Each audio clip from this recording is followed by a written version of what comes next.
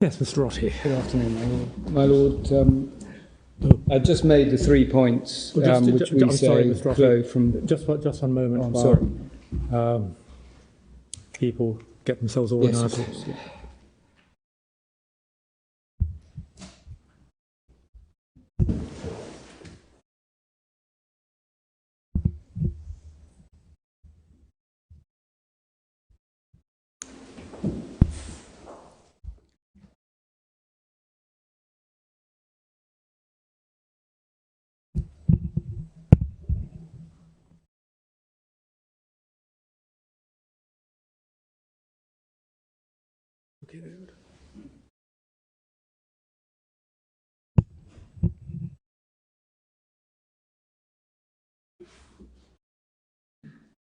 Yes, Mr. Rotti.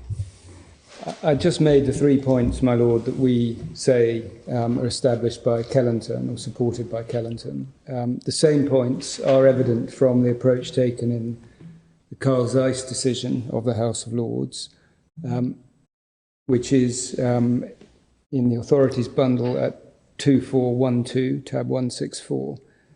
And the passages that we particularly rely upon are set out at paragraphs 21 and 22 of our printed case. Here again, my Lords, the House of Lords was, we say, entirely clear that where Her Majesty's government had expressed a view on whether a foreign state ruler was or was not sovereign, information provided by Her Majesty's government was conclusive.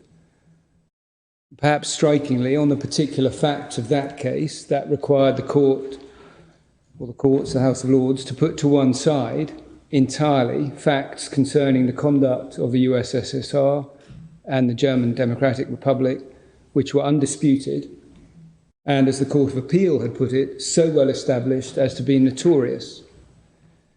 The case, as my Lords will know, concerned the authority of those representing the claimant foundation to act on its behalf.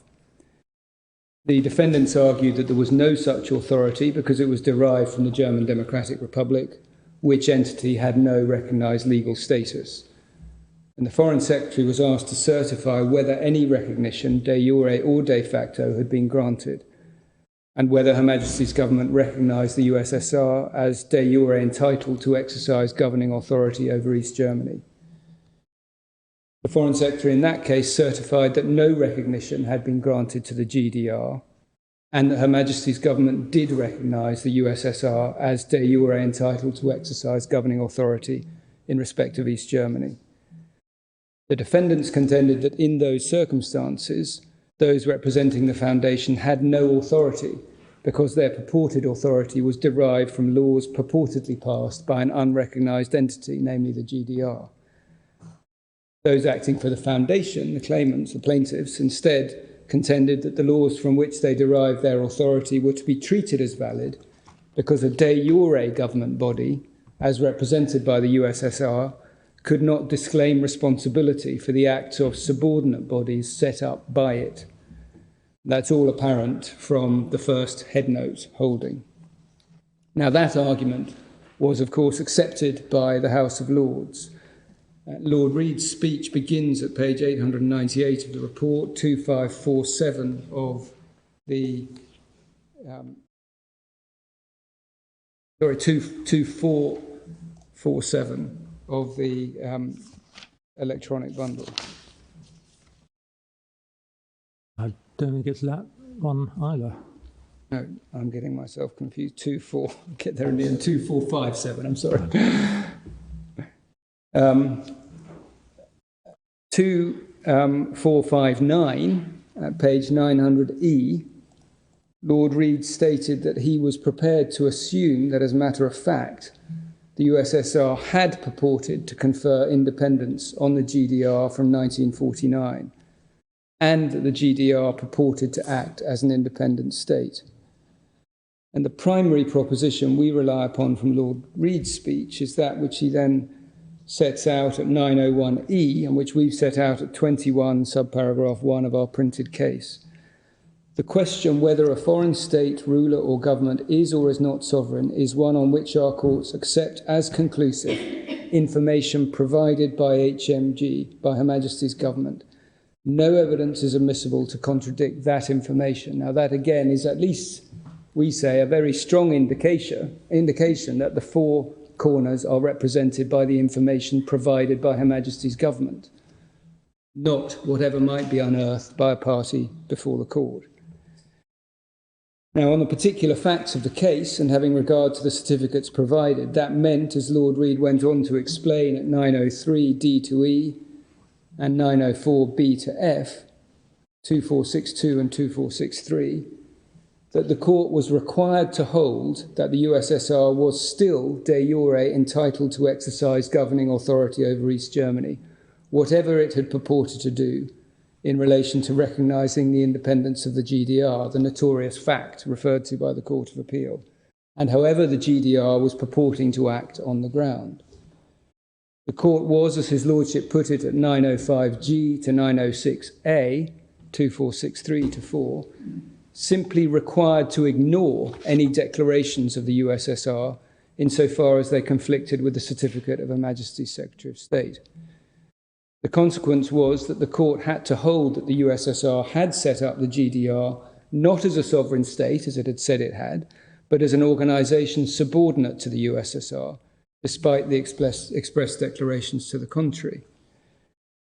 As we explain in 21 subparagraphs 2 to 3 of our printed case, Lord Hodson expressed his agreement with Lord Reid at 925 C to E.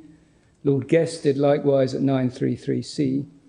And so did Lord Upjohn at 941 B to D, 2500 of the electronic bundle, making the point that whatever might be thought to be common knowledge had to be put to one side in the light of the Secretary of State's statement.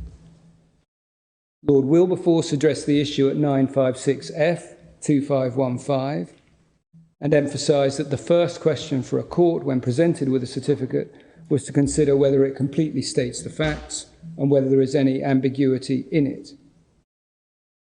He made no suggestion at all that extrinsic material could be considered for that purpose. And at 957A, page 2516, he rejected the notion that it would be admissible to take into account the fact that the USSR considered that an independent sovereign government, the GDR, existed in the eastern zone of Germany, as originally allocated to the USSR, of course, at the end of the war. At 957C to G, 2517, the point I alluded to earlier, he rejected the idea that some material ambiguity could be found from a failure by the relevant certificate to answer an aspect of the questions which had preceded it, or to say anything about who was de facto exercising governing authority. Very much the same argument as the Maduro board makes here. And then he concluded with the words that we have set out at 21.4 of our printed case. I have no temptation in a matter of this kind to speculate or to read into the certificate anything which is not there, but I cannot find the certificate is either incomplete or ambiguous. So again, the key point that once the executive has spoken, the court's focus has to be on that statement, and that statement alone. It was not appropriate or admissible to have regard to extraneous factors, even if uncontested or uncontestable as a matter of fact. And it was not appropriate to look at whether the state of affairs being recognised was legal or not. It was simply not possible to go behind a certificate when it conflicted with matters, even when it conflicted with matters which were notorious or common knowledge. And it was not legitimate to seize on a failure to answer a particular question to create an ambiguity where otherwise there would be none. The third case that we refer to in our printed case on this, or perhaps the fourth case after Kellington, Carl Zeiss, Aaron Zazu-Mendy, the fourth case is Gurr, and that is addressed in our written case at paragraphs 24 subparagraphs 1 to 3, where we've set out the material passages from the judgments of the Master of the Rolls, Sir John Donaldson, and Lord Justice Norse, which I referred to earlier in my attempt to respond to Lord Legate's questions. And I don't think, unless it would assist the court, I wasn't proposing to go to that case now. We rely upon the passages there entirely consistent with the theme I've been seeking to develop. none of it providing a foundation for going on a search, even if encouraged by a party before the court, for extraneous material to find ambiguity where it is absent. And the beginning and the end of the platform for that argument on the part of the Maduro board ends up being the approach taken in Brecht in the Court of Appeal, where, as I've already submitted, the issue about four corners and the correct appropriate approach to interpretation was not argued, where there was a live issue as to whether a recognition statement at all had been made, so one could at least see the beginning of a path to looking at extraneous material. And thirdly, where in fact, when one looks at the Court of Appeal's judgment in Brecht, it reached its primary conclusion that there had indeed been a recognition statement by reference to the statement itself, merely finding that the other materials which it also considered supported that view. So, my lords, that was all I was proposing to say on the second error and the inappropriateness of looking beyond the four corners of the context of the 1980 policy, the significance of a departure from it, the letter a court writes, and the answer it gets back from the relevant Secretary of State. That takes me, my lords, to the third error, which is that we say that the Court of Appeal wrongly placed reliance on a notion of implied de facto recognition. We say that contrary to the Court of Appeal's view, as reflected in paragraph 123 of its judgment, such a notion has no established basis, at least in a domestic judicial context, and moreover, the concepts of de facto and de jure recognition have today no useful role to play, certainly no useful role to play when they don't feature anywhere in a statement made by Her Majesty's government. The change of policy in 1980 and its significance is addressed at paragraphs 26 to 38 of our printed case, and the de facto, de jure issue and the difficulties relating to it are addressed at paragraphs 47 to 56. Again, we draw support from and respectfully adopt what the Foreign Secretary has said about all of this in his printed case at 21 to 31. Now, the Court of Appeal judgment set out the 1980 change of policy at paragraph 69, and it rightly observed at paragraph 70 that despite the policy, Her Majesty's government remained entitled to depart from it by recognising a head of state. Where it went wrong, we say, with respect, was in its assertion that there was this established existence of a distinction between recognition de jure and recognition de facto of the kind it described, namely recognition de jure in what the Court of Appeal called the Luther and Sagel sense, and recognition de facto. And so contemplating that in the absence of a statement of recognition by way of departure from the 1980 policy, it could fall to a court to determine whether Her Majesty's government had impliedly recognised Mr. Maduro as de facto president. Now, all of that, of course, has been rendered academic to some extent by the fact that we now have this explicit statement of non-recognition in any form whatever, so far as Mr. Maduro is concerned. But the reasoning of the Court of Appeal was, we respectfully submit, and as the Foreign Secretary has put it at paragraph 48 of his submission, essentially founded on a false dichotomy to the effect that Her Majesty's government had to be taken to be choosing between de jure recognition in the full Oppenheim sense and de jure recognition in the Luther and Sagel sense. It was an approach based on a misconception of the extent of any established meaning as to the terms de jure and de facto, and it was to contemplate a task for the commercial court never previously undertaken by that court. Two first instance decisions of long-standing and to date at least unquestioned correctness of Mr. Justice Hobhouse and Mr. Justice Mance have considered the consequences of the 1980 policy and whether in the light of it, it could ever be open to a court to engage in an exercise of identifying implied recognition. Each of them, we say, presents a formidable barrier to the Maduro board's attempt to defend the approach of the Court of Appeal.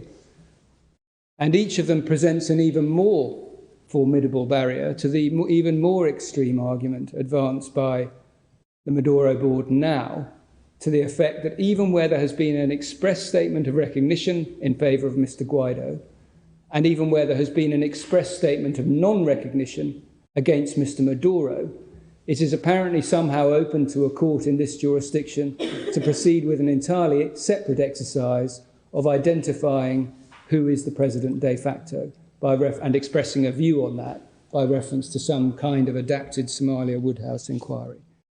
How that is reconcilable with the one voice principle, we respectfully do not understand.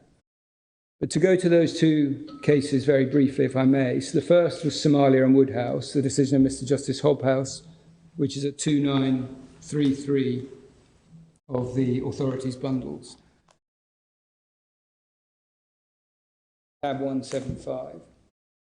The facts are set out in the head note, and as we see there, the primary issue before the court concerned the standing of the so-called interim government of Somalia to represent the Republic of Somalia and to lay claim to money paid into court.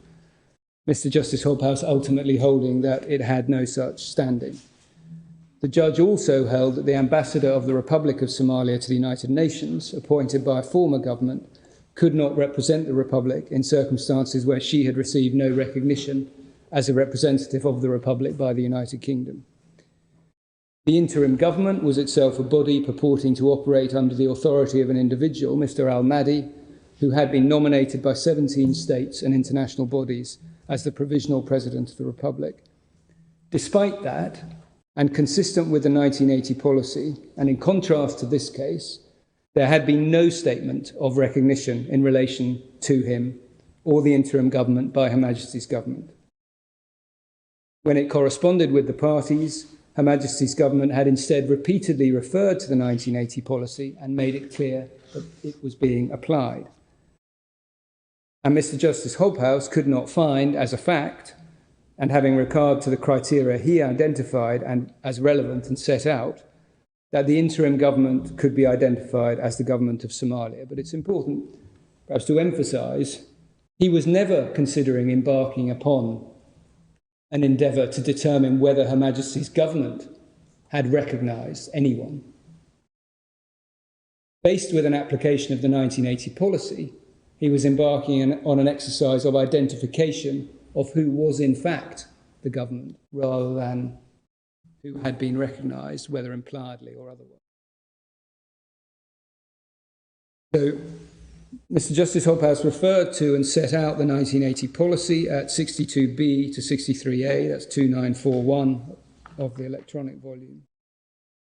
2942 at 63C, he then addressed the view of some writers, some academic writers, that even where the 1980 policy applied, the criteria remained one of recognition, and that the only difference it had brought about was that whereas before 1980 the government would say expressly whether it recognised a foreign government, now that was left to be ascertained by the court as a matter of inference.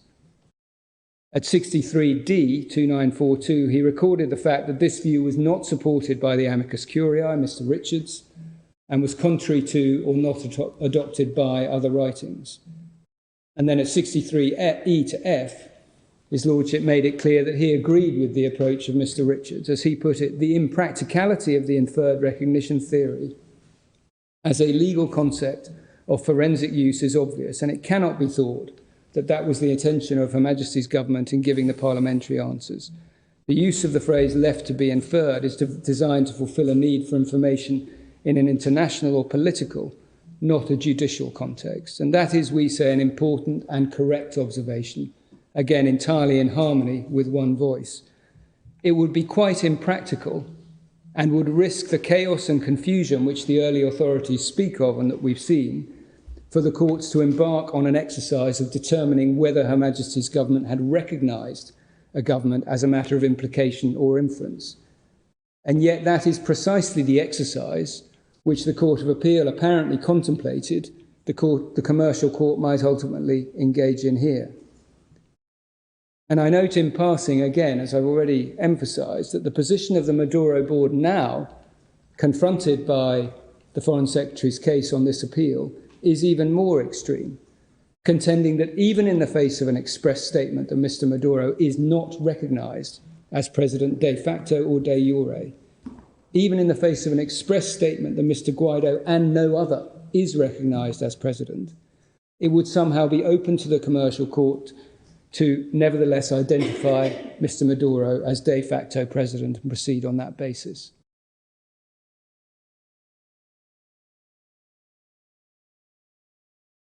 At 63 F to H in this report, Mr. Justice Hobhouse began to identify the criteria which should apply to determine whether or not a particular entity was a government.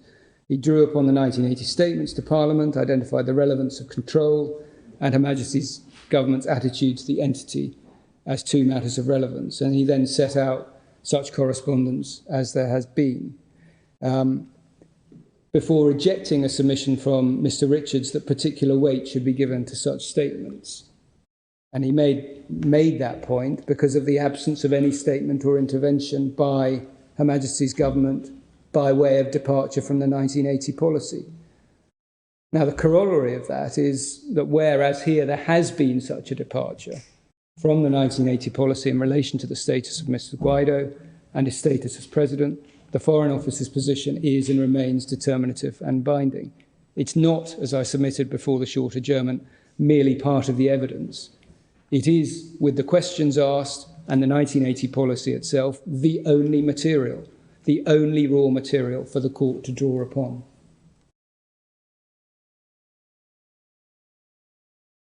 Now, in deference to the Court of Appeal, I should say that at paragraph 65H to 66C, there are passages which the Court of Appeal cited at paragraph 73 to 74 in the present case as apparently showing, as it put it at paragraph 73, the significance of diplomatic relations in the context of the concept of the implied recognition theory, which it was addressing.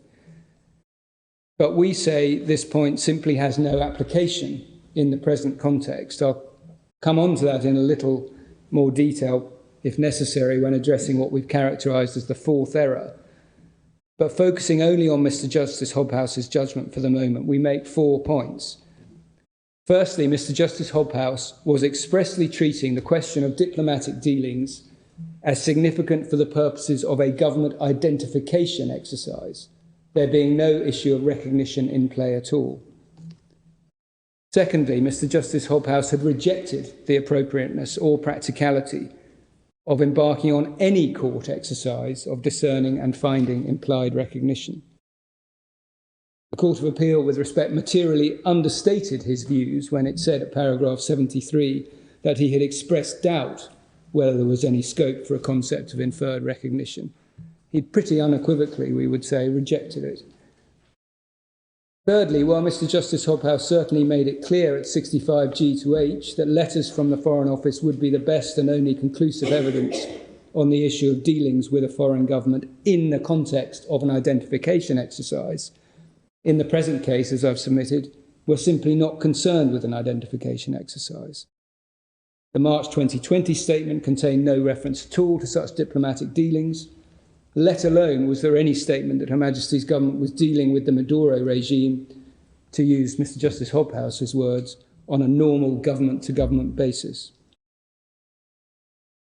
And fourthly, the observation of Mr. Justice Hobhouse at 66C, also set out by the Court of Appeal in this case at 74, that it would be contrary to public policy for the court not to recognise as a qualified representative of the head of state of the foreign state the diplomatic representative recognised by Her Majesty's government, simply has no traction or relevance in the present proceedings. As we've said in our printed case at 32, Venezuela is not a party to these proceedings. There is no dispute over the accreditation of the current ambassador of Venezuela to the United Kingdom, an individual appointed to her post in 2014, 5 years before the material statement of recognition with which this court is concerned. So that's Mr. Justice Hobhouse. The second first instance case to reject the idea of a court embarking on an exercise of determining whether Her Majesty's government had effected an implied recognition is the Kuwait Airways decision of Mr. Justice Mance, which we address at 33 to 38 of our printed case, and which appears in the electronic bundle at 2012.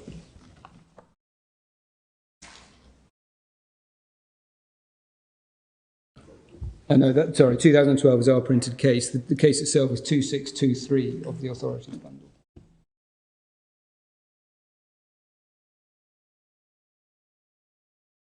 Now, one of the issues, we set out the well-known background to this case in our printed case at 33, and one of the issues before Mr. Justice Mance was whether Iraqi Airways could establish that the claim against it relating to the seizure and retention of 10 Kuwait Airways aircraft was non-justiciable or barred by the Foreign Act of State doctrine by virtue of its case that the matters complained of constituted sovereign acts of Iraq occurring within its territory.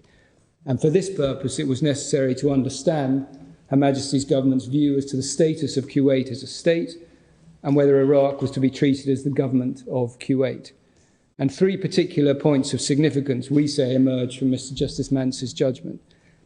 First of all, he agreed with Mr. Justice Hobhouse that by the 1980 policy, the government did not intend to replace clear statements of binding intention with coded language from which the courts would, as he put it, struggle invidiously to derive an inferred intention.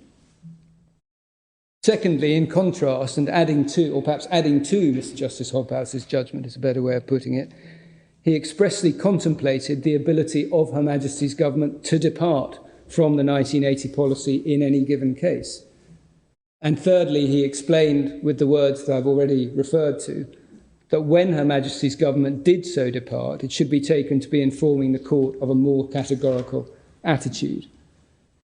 And the key passages in this regard begin from 64D 2656, and they're at 65C to F 2657 for the correspondence between the court and the Secretary of State, 65G for the agreement with Mr. Justice Hobhouse's rejection of the permissibility or appropriateness of inferred recognition in a judicial context, and 67C for the important point which Mr. Justice Mance added, and which was subsequently cited and endorsed by the Court of Appeal. The 1980 policy was no more than that. Her Majesty's government remained free to take and to inform the court of a more categorical attitude regarding recognition or non-recognition, both of which, of course, it's done in this case, of a foreign government. And its position on either matter was sufficiently clear, and if its position on either matter was sufficiently clear, then the one voice principle would come into play. And that is exactly what we say has occurred here. We respectfully submit that the Court of Appeal's approach in the present case paid no sufficient regard to the approach of either Mr. Justice Hobhouse or Mr. Justice Mance, despite the citation of both judgments, and proceeded instead at paragraph 73 of its judgment on the basis of a bare statement from Oppenheim to the effect that recognition can be express or implied. Now, the problem with that approach was, as we point out at paragraph 35 of our printed case, Oppenheim is obviously addressing the matter from the perspective of international law. It does not address the views articulated in either Somalia against Woodhouse or Kuwait Airways, both decisions coming after the observations were first made in Oppenheim in 1992. It did not purport to be expressing a view as to what was permissible or appropriate in a domestic judicial context involving the one voice doctrine and the allocation of constitutional responsibilities which it reflects. None of this is engaged with at all by the Maduro board in its printed case on implied recognition at paragraphs 43 to 55. They make no reference at all to the views of Mr. Justice Hobhouse or Mr. Justice Mance, and in defence of the idea that it is open to a domestic court to make a finding of implied recognition, they rely primarily on the passage from Oppenheim, which I've just addressed.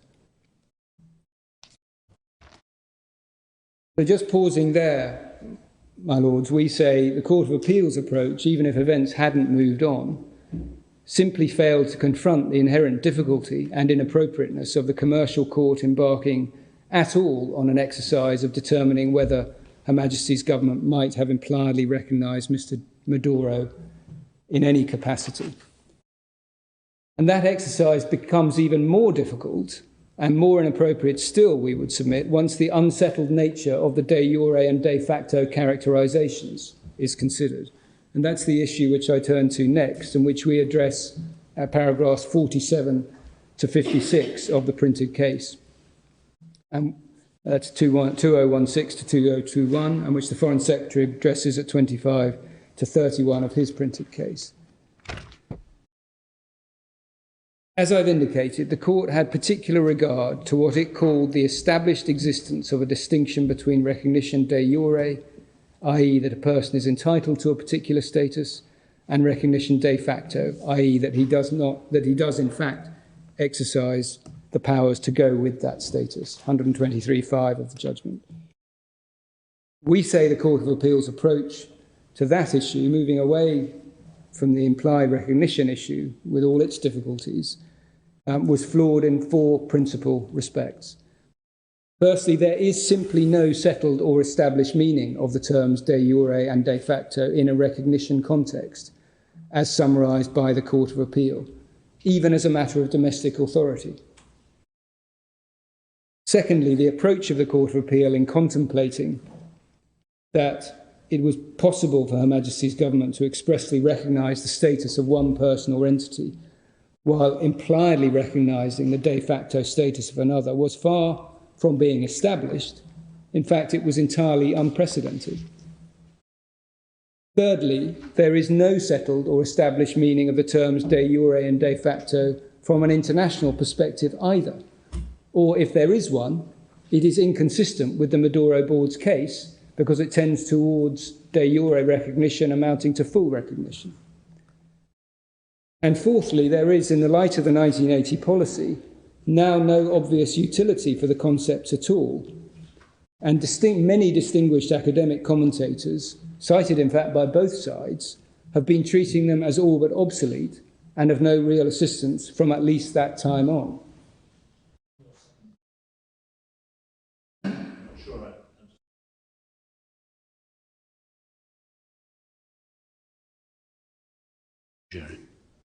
Maybe I've not quite grasped the point you're making. I'm sorry, my Lord, in our situation...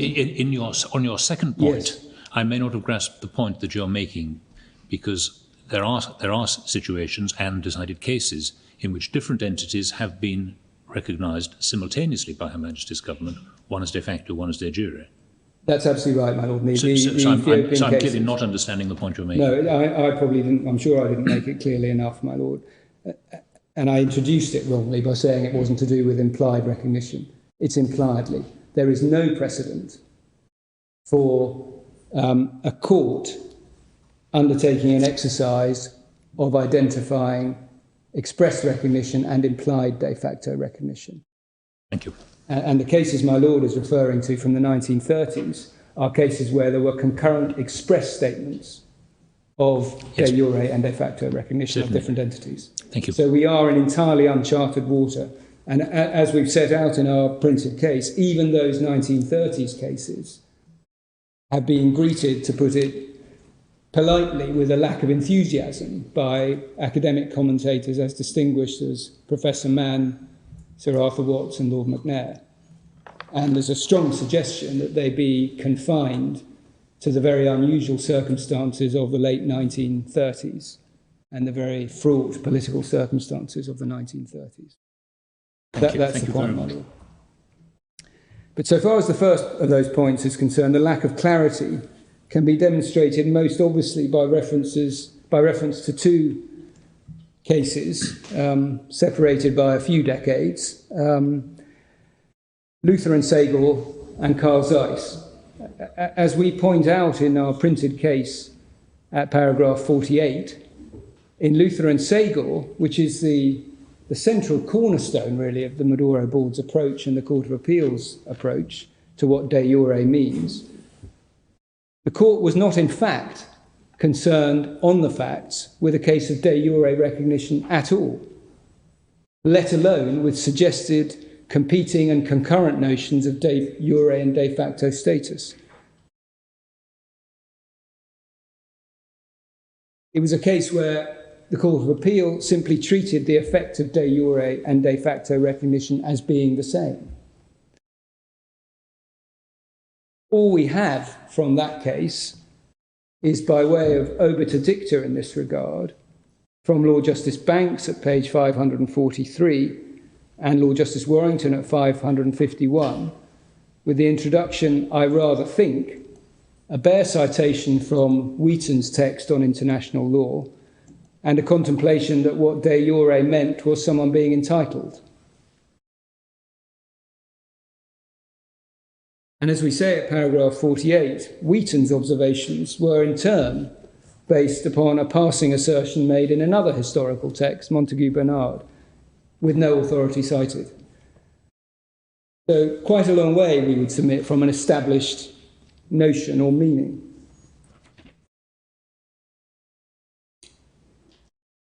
Professor Hirsch Lauterpacht, I don't think I need to turn it up, but against that background, we submit that Professor Hirsch Lauterpacht was quite right to describe Luther and Segor as long ago as 1947, the reference in the authorities bundles is 5854, as a much overworked case, deciding no more than there was no difference between de jure and de facto recognition for the purposes of acknowledging the validity of the legislative and executive acts of a government recognised de facto. And we particularly draw attention here to the Foreign Secretary's position at paragraph 30 of his printed case, that the so-called Luther and Segor sense of the term de jure, and upon which the Maduro Board and the Court of Appeal relied, is simply not an ordinary or correct use of the term. Now, jumping ahead almost 50 years from Luther and Segor, as we explain in our printed case at paragraph 51, we then have Carl Zeiss and its reference to the concept of de jure recognition in the Oppenheim sense of full recognition. And the references, we've been to the authority already, but the references are 906E to G, 2466 from Lord Reed, 958A to C, Lord Hodson, 925C to D, Lord Wilberforce.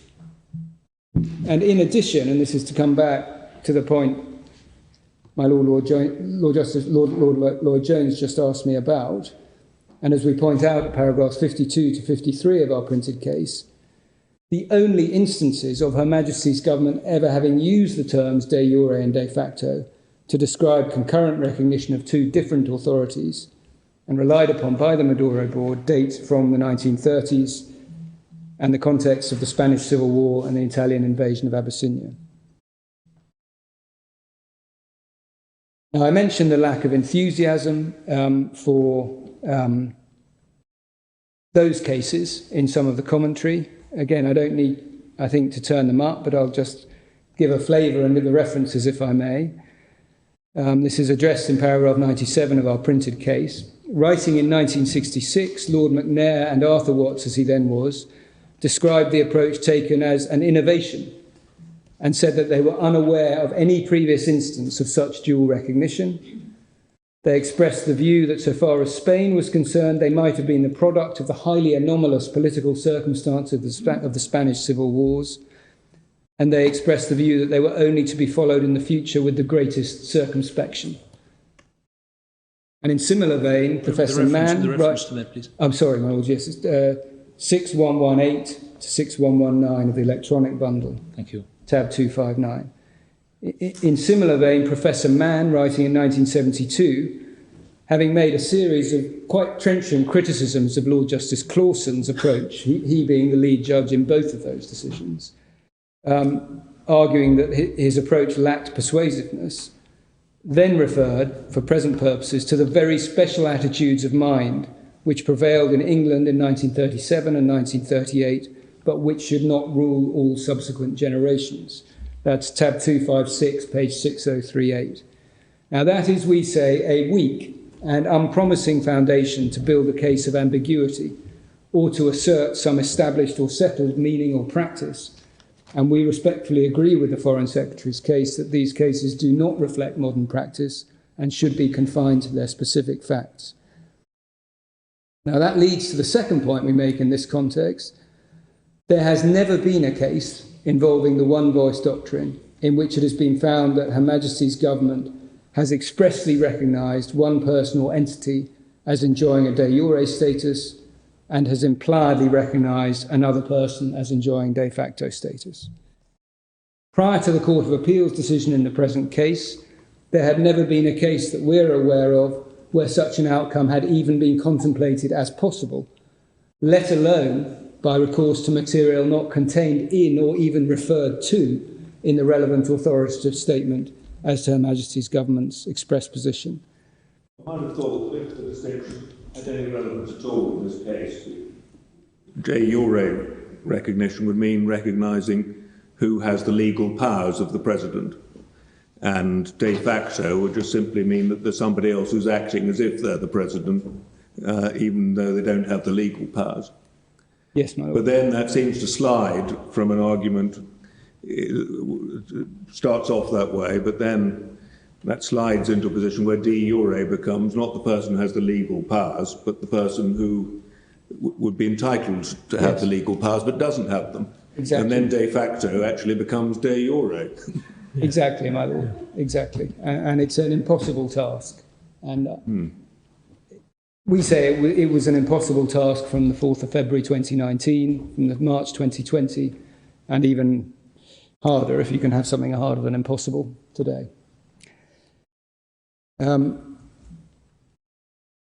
As I said earlier, the Maduro Board's position is now even more extreme. It is contending that regardless of Her Majesty's Government's views, it's open to a court to entirely set to one side the unequivocal statements of recognition and non-recognition and proceed to identify and hold Mr. Maduro to be president in some meaningful sense. As I said earlier, we simply don't understand how that can be reconcilable with the one-voice doctrine. My third point on de jure, de facto distinction not being remotely sufficient for the Court of Appeal's approach was that even from the wider international perspective, forget about how it's been treated by Her Majesty's Government or the courts, from the wider international perspective, it's actually common ground on the printed cases that the terms de jure and de facto are fraught with difficulty. The Maduro Board printed case at paragraphs 57 to 58 describes them as bedevilled by inconsistency and acknowledges there is simply no right answer as to what they mean. How one gets from there to a proposition that there is an established existence of a distinction in the Lutheran Sagor sense and the Oppenheim sense is difficult, we say, to follow and should be rejected. And that leaves only our fourth point, that since at least 1980, and certainly when the terms aren't used themselves by Her Majesty's Government, it's impossible to see any real utility in the concepts. And this is the point we make at paragraph 47 of our printed case, and it's addressed also by the Foreign Secretary at 26 to 31 of his printed case, and we agree with each of the points he makes there.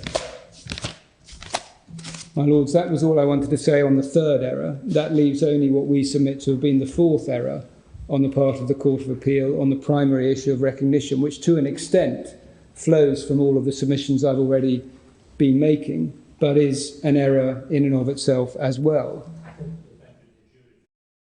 Your fourth error. But we've got the substance of it anyway. So it doesn't...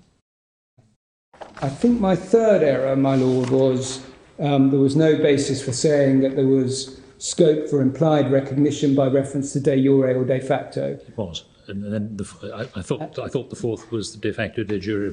Oh, well, maybe I've got five of errors, itself, my Lord, and I should have called them five. But we're all in the same place. I'll come to my last error, my Lord. My last error is that... I'm sure you could think of a few more. I hope I won't have to, my Lord. I'm happy to rest on the 4 or 5 as I've sought to address them. The final error is that we say that even taking them at face value, none of the factors in paragraph 123 were sufficient to found a case of ambiguity. Even ignoring 4 corners, even being willing to look at them. And we address this issue at paragraph 75 to 86 of our printed case. Again, we say that the Foreign Secretary's case provides substantial support for our arguments. And again, we say, with respect that the Maduro board simply doesn't engage with our case in its printed case. The first factor was said by the Court of Appeal to be the pre-existing recognition of Mr. Maduro as president, or perhaps more accurately, as the Court of Appeal put it, Her Majesty's government's unequivocal dealings with him as head of state. Now, there are three reasons why that should not have led the Court of Appeal to the conclusion it did of ambiguity. Firstly, in line with the 1980 policy of non-recognition, there was no such pre-existing recognition for Mr. Maduro. Secondly, the 4th of February statement was on its face clearly a watershed moment, marking a change with what had gone before. And thirdly, that change was represented by the very recognition of Mr. Guaidó that we rely upon. It simply can't be the case, we would respectfully submit, as a matter of logic, to say that because situation X had applied until February 2019, there was some ambiguity in a statement about the position that was to apply from February 2019. The second factor identified by the Court of Appeal was what it referred to as the substantial, albeit illegitimate, control the Maduro regime continued to exercise over the people of Venezuela. And this is the only one of the five factors that one can perhaps shoehorn in to what Her Majesty's government had said, because it described the Maduro regime and its kleptocracy and its oppression of the Venezuelan people. But that should not have rendered ambiguous what Her Majesty's government had said about Mr. Guaidó as president, for the reasons we set out in our printed case at paragraph 77. The March 2020 statement said nothing about Mr. Maduro as an individual. The statement did not use the word control at all. Any notion of control would only be relevant if the issue were who was to be identified as the government of Venezuela, which it is not. The issue before the court is instead who has been recognised as president and head of state. So to attribute relevance to this factor was, in other words, again, a case of shooting at the wrong target. The word regime carried with it no connotation of governmental status in any event. We know that from the wording of the 1980 policy itself, which contemplates consideration of whether a particular regime had the characteristics of a government. And the references to illegitimacy, corruption, oppression, and human rights abuse, described with some understatement by the Maduro board in its printed case as uncomplimentary, were far more readily understood, we say, as explaining why Mr. Guaidó was being recognised, providing the rationale for the step that was being taken, than as somehow qualifying or undermining or rendering meaningless the recognition that we contend was afforded. The third factor identified by the Court of Appeal and the issue of diplomatic relations, as I've said, seems perhaps to have been the one that weighed most heavily with the Court of Appeal and caused it most concern and led it to the conclusion that at least a further question should be asked. And it's certainly the one focused on most heavily by the Maduro board in its printed case. It gets them nowhere, we say, for the reasons we give at paragraph 78 of our printed case, and which the Foreign Secretary has given at paragraphs 55 to 56. In summary, first, so far as the accredited ambassadors are concerned, each was accredited long before the relevant recognition statement in this case. And it's well established, even on the international plane, that recognition is not to be inferred from the mere retention and maintenance in post of diplomatic representatives for an interim period. Secondly, this is such an interim period, as the February 2019 and March 2020 statements made clear. Thirdly, as the Foreign Secretary has explained, Mr. Soper, the former United Kingdom ambassador to Venezuela, is no longer ambassador to Venezuela, and there is no such ambassador.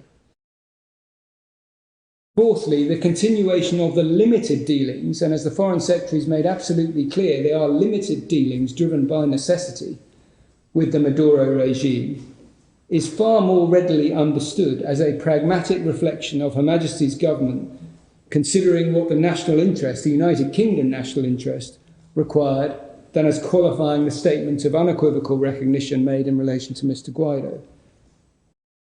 And fifthly, the Maduro board has pointed nowhere to any dealings with Mr. Maduro himself. And as the Foreign Secretary has explained, there have been no such dealings.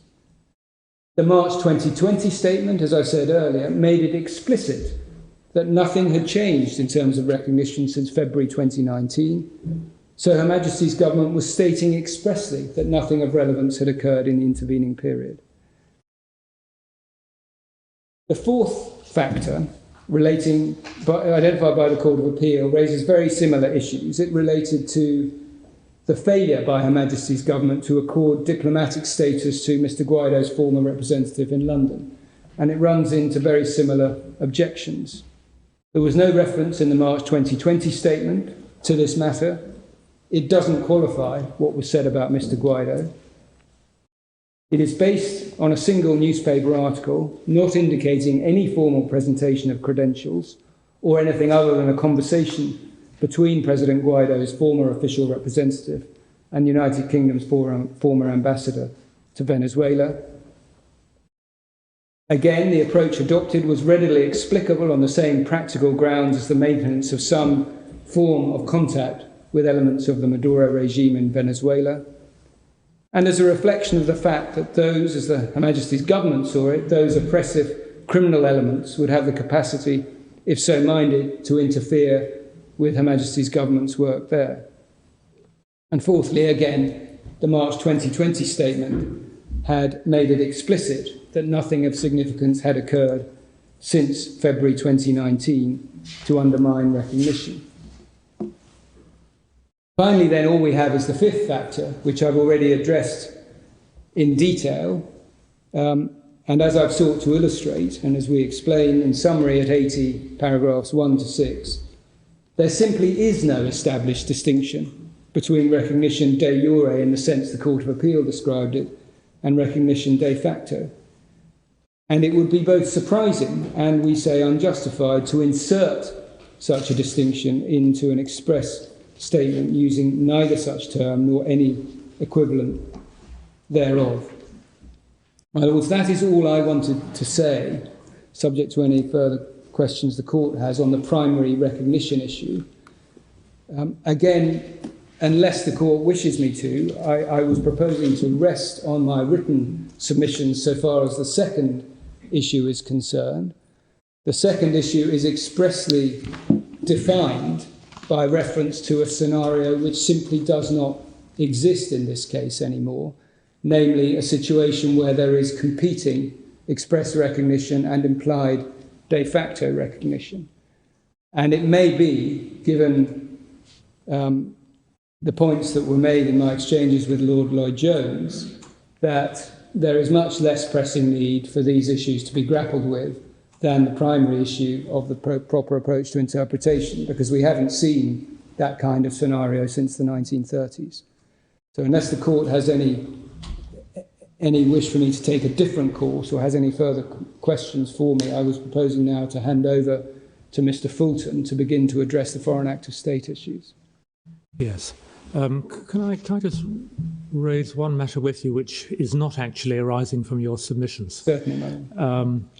We received, we became aware at lunchtime of a draft timetable which had been agreed between yourself and Mr. Fulton and Sir James, which envisaged our going into a fourth day.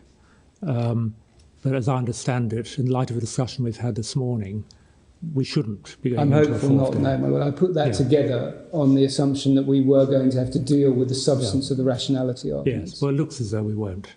And we should know for certain by lunchtime tomorrow when Sir James should have completed his submissions, and it should be perfectly clear whether there is anything there is any occasion for Mr. Vinall to wish to press his alternative arguments. Thank you, Noel.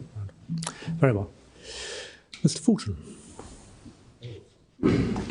The premise at this stage of the argument is that Mr. Guaido's official acts are those of a recognised president of Venezuela, which are not to be treated as nullities by reason of any parallel recognition of Mr. Maduro. That was the Banco de Bilbao argument, which arises under issue 2.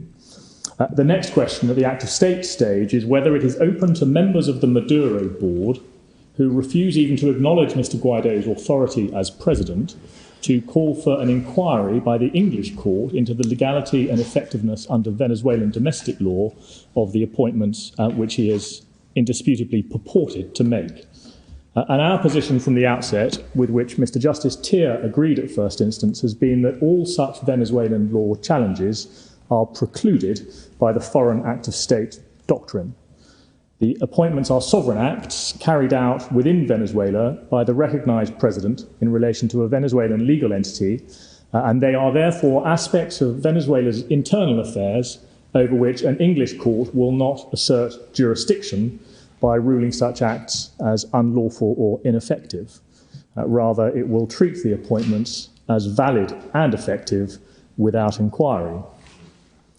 And in reaching that conclusion, Mr. Justice Tier adopted the analysis of Lord Sumption in Belhage, and the Court of Appeal's obiter view was that Lord Sumption was either wrong in what he said about legality, or his reasoning didn't cover a situation where there had been a specific ruling of nullity by a foreign court. And our appeal, and our response to virtually all of the cross-appeal by the Maduro board, essentially reduces to 2 short submissions. First, that what Lord Sumption said in Belhage about unlawful executive acts was correct. And second, that the inexorable logic of Lord Sumption's approach is that it simply can't matter what the Venezuelan courts may or may not have decided on the topic of illegality. And the Secretary of State in his intervention has now firmly endorsed those twin submissions. That's at paragraphs 75 and 76 of his case, at page 2159. And he agrees with the Guaidó board that the characterisation of conduct as acta jure imperii is unaffected by whether or not the act was lawful under its own domestic law. And once the act is characterised as a sovereign act, an English court cannot entertain a challenge to its domestic lawfulness unless a public policy exception is engaged. And as I'll show you, Lordships, that's not engaged here. And the support from the executive branch for those legal submissions, we respectfully submit, deserves real weight, particularly when the Foreign Act of State doctrine itself has been described as being influenced by the separation of powers. And we quote at 112 of our written case from Lord Sumption to that effect. That's at 2044 for our written case, and the quote itself is at 2386. And it's notable also that, as well as agreeing with our submissions as a matter of legal principle, the Foreign Secretary, with his specific responsibility for the conduct of UK foreign policy, does not perceive any of the practical problems with the operation of the doctrine upon which the Maduro board seek to rely. And nor, in common with the Guaidó board, does the Foreign Secretary even understand the submission advanced by the Maduro board that the official acts of a recognised president are not to be regarded for these purposes as acts of the state itself. So we embrace Lord Sumption's treatment of the doctrine in Belhage in its entirety, and our submission that he was correct has particularly in mind the following 5 aspects. First, we say he was correct at paragraph 247 to say that the Act of State doctrine, when properly understood, is not incoherent, and also correct to emphasise at paragraph 227 that what promotes the coherence of the law is to identify general principles of universal application and the limits and exceptions to those principles, rather than to break everything down into discrete factual categories with their own separate rules. Secondly, we say that applying that approach, Lord Sumption was correct at paragraph 231 to say that the law should not create unnecessary and unprincipled distinctions between different types of executive act within the foreign territory. And hence we say that there's no principled basis to confine the doctrine to a narrow rule about seizure of property, whilst excluding from its scope an appointment over a legal entity which happens to own property. Third, we say that Lord Sumption was correct to say that the doctrine applies to executive acts with no lawful basis at all, and to identify that this proposition was well established by a line of cases, including as a matter of English authority, Duke of Brunswick in the House of Lords and Princess Paley in the Court of Appeal. That's at paragraph 230 of Lord Sumption's judgment. Fourth, we say he was correct to say that the Act of State doctrine is distinct from an ordinary choice of law rule, and that the underlying basis for that distinction is that sovereign acts are treated differently as a matter of English law to acts of a private law character, albeit that in the case of lawful executive acts they will produce the same outcome, but conceptually nevertheless the two are distinct. That's 229 and 232 of his judgment. And fifthly and finally, we say he was correct to say that for the English common law to now adopt the views of Dr. F.A. Mann and the High Court of Australia and to abolish the doctrine altogether would require the Supreme Court to overturn a substantial body of English jurisprudence. That's at 247. And on that last point, there is now an attempt by the Maduro board apparently to embrace Dr. Mann, the Australian case of Moti, and most recently the views of the Canadian Supreme Court in a case called Nevsun, and to attack the doctrine itself. We and the Foreign Secretary agree that any attempt to abolish the doctrine is entirely outside any of the appeal and cross-appeal grounds. The Maduro board hasn't even begun to explain in its written case how a root and branch assault of that kind is procedurally open to it. They even try and introduce the submission in the formulation of a heading where they say if it has any role in English law and if there is a first or a second rule, rather than to develop a properly articulated submission that this court should rule that such a doctrine doesn't exist. And although they describe Nevsun as being instructive, in our submission all it instructs us is that the Canadian common law has taken a different path. And so I wasn't proposing at this stage to spend any time dealing with an argument for the abolition of the doctrine, for which permission hasn't even been sought. We'll be focusing instead upon the scope of a doctrine which has been recognised to be part of the English common law as recently as 2017 by this court in Belhage. A further point, which we say is not procedurally open, is the argument that the Supreme Court should decline to consider any of the Act of State issues at this stage. The Maduro board ran a similar point as their primary position on their contingent permission to appeal application. They were then seeking a remittal of the Act of State cross-appeal points to the Court of Appeal before they would then potentially come back up for consideration at Supreme Court level. The Maduro board having expressly put as their position that these were Supreme Court worthy points. Now, the Maduro board lost on that primary position, and this court acceded to our submission that there should be permission granted on all of the Act of State issues so everything could be dealt with together. And we had relied, amongst other things, upon the fact that this case had been expedited at all three levels, and that the Maduro's proposal for some form of remittal was a recipe for delay and procedural confusion. And our written case was obviously drafted in anticipation of a final resolution of all Act of State issues, and indeed a resolution of the dispute generally, if we prevailed. Now, the Maduro board, in their responsive case, now run a different remittal argument, and it differs in two respects. What they propose is now not merely a remittal in relation to issues 4 to 8, which were their own cross-appeal issues, but they also seek remittal of our own, the Guaidó board's issue 3, which challenges the reasoning of the Court of Appeal, And so it seems that their more radical remittal proposal is that none of the active state issues should be decided. That's at 126 of their case, 2,102. And the second respect in which it differs from the earlier remittal proposal is that, as we understand it, they are no longer asking for remittal to the Court of Appeal, so that this court can have the benefit of Court of Appeal consideration.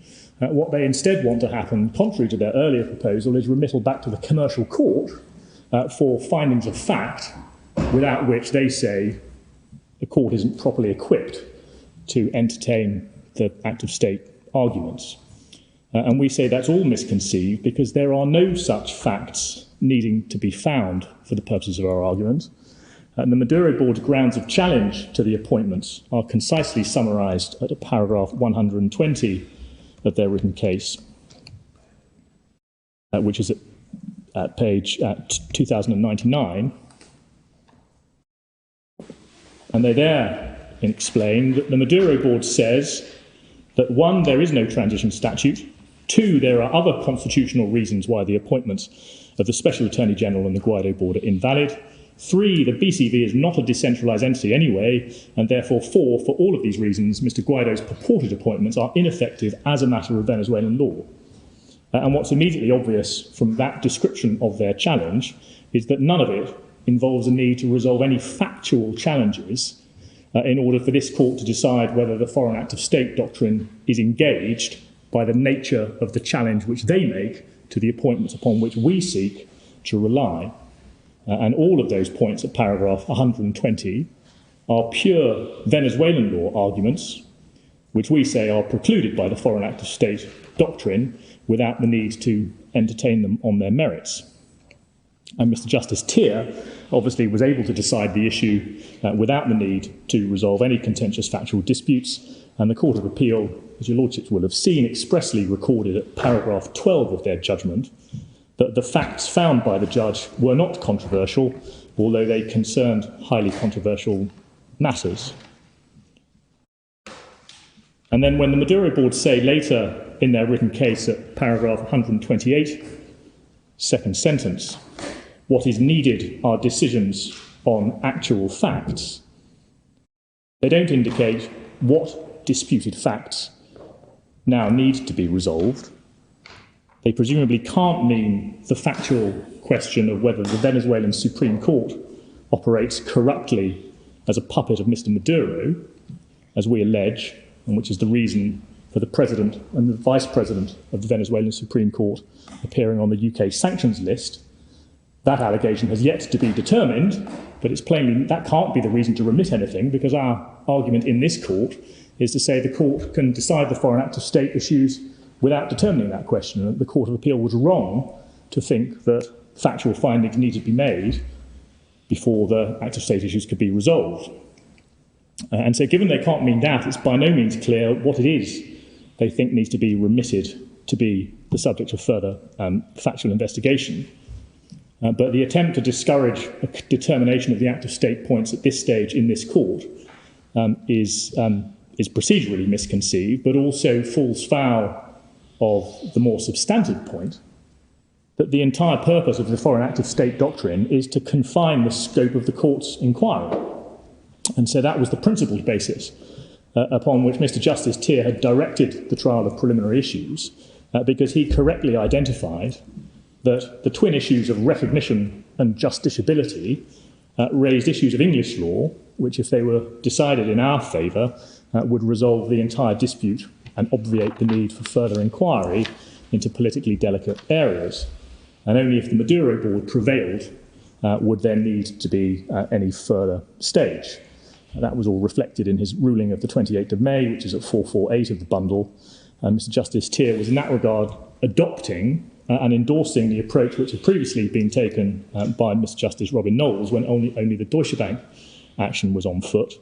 And the Maduro Board have always wanted to try and have everything in play, but successive judges, Mr Justice Robin Knowles, then Lord Justice Flo, in declining then their attempt to appeal against the case management decision, and then Mr Justice Tier, have all knocked them back and saying that the principled way to proceed in this type of claim, where a question of the court's subject matter jurisdiction is raised, is to have the argument as a matter of legal principle before one then goes further. And so if we prevail on act of state in order to preclude the Venezuelan law challenges, then that is the end of the dispute in both sets of proceedings, because the court will have upheld the principle that President Guaido's appointments are to be treated as valid and effective.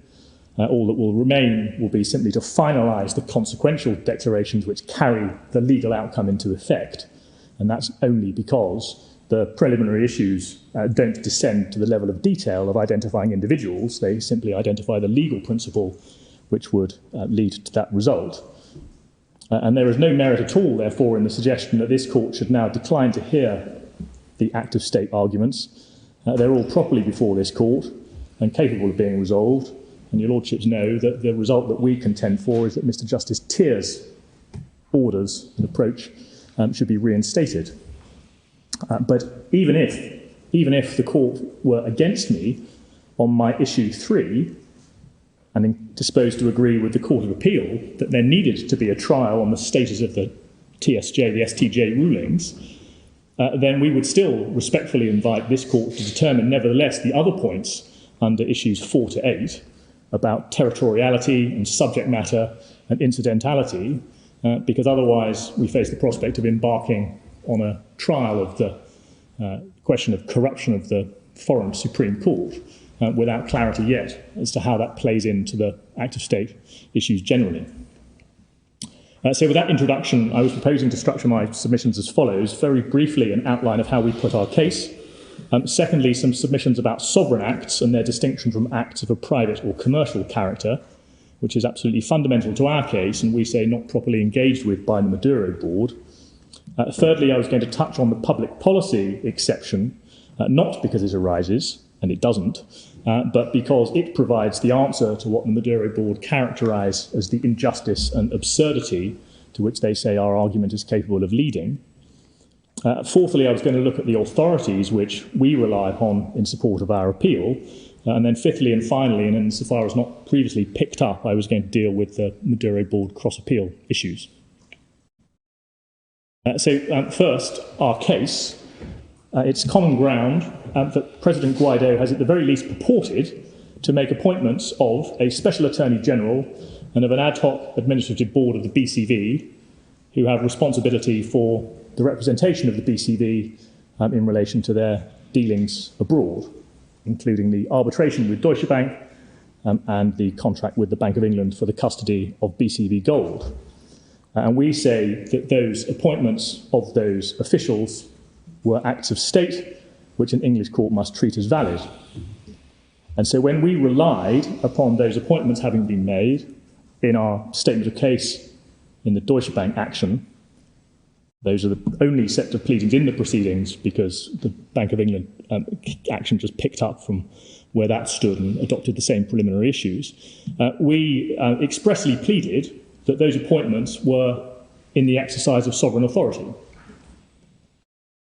And the Maduro board pleaded back that the appointments lacked any valid Venezuelan law basis, to which we then said in reply that they were wrong to say that this was even a matter to be governed by Venezuelan law. And if I could just show your lordships that page 204.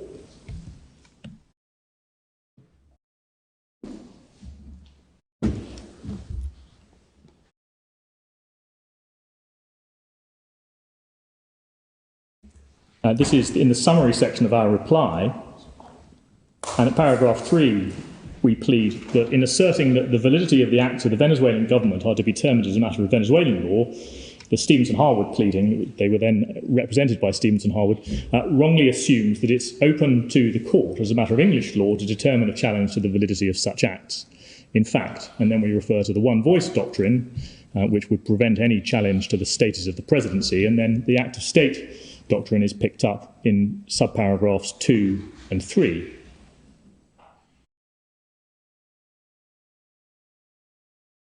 And everything we went on to say in this pleading about the Venezuelan law position was all expressly subject to position reflected in paragraph 3, which was that Venezuelan law didn't enter into it,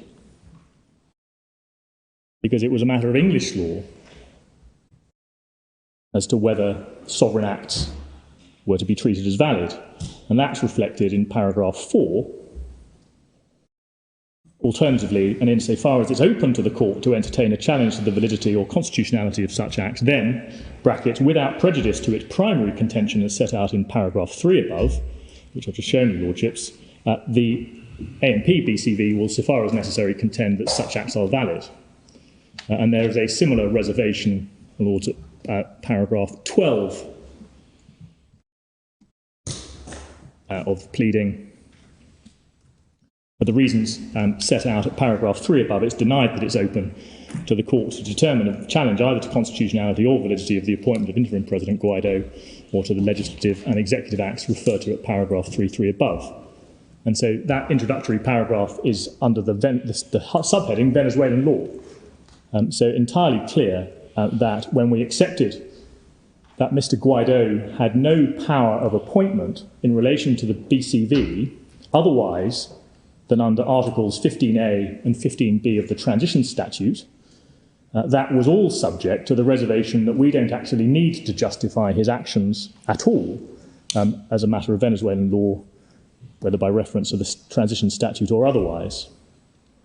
And it also means, my lords, that when the Court of Appeals say in the middle of paragraph 125, which is at page 68 of the bundle, 5 lines down, starting in the middle of the paragraph, the Court of Appeal there said that for the lawful exercise of those powers, Mr. Guaidó needs to rely on the Transition Statute.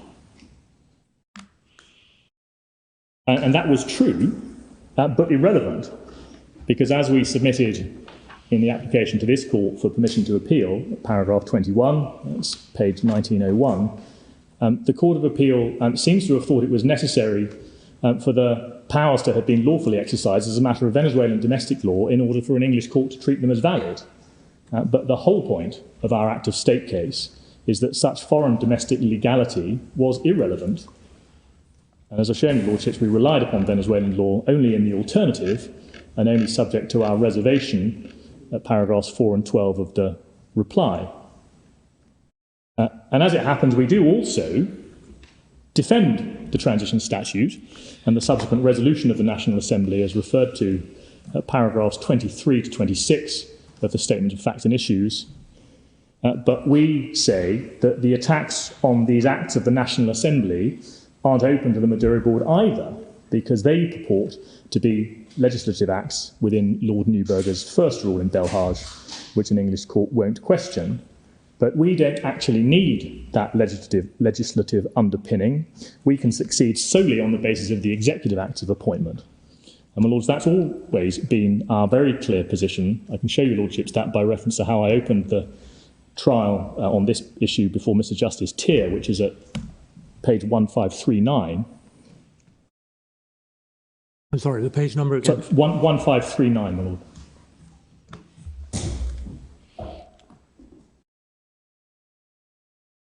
And in the top left-hand corner of the page, starting chronologically, I submitted to Mr. Justice Tier that chronologically the legislative act comes first, but in terms of the scheme of our act, the scheme of our Act of State argument, we'd suggest its importance is secondary, and that's because our primary case is that it's sufficient to point to the executive acts alone, because before an English court it doesn't matter if the acts had a proper legal basis under the foreign law.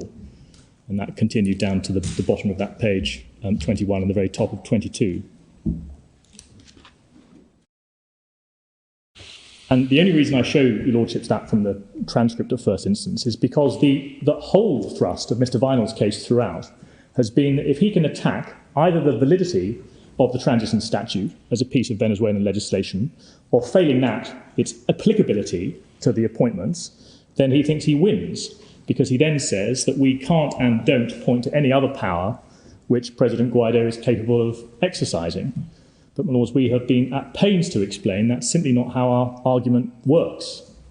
And that's why we've always placed such reliance upon the Court of Appeal decision in Princess Paley, which we'll look at later, but where the respondents in that case were saying, yes, there was a Russian law basis for the seizures of property in that case, but their primary argument was that they didn't need it.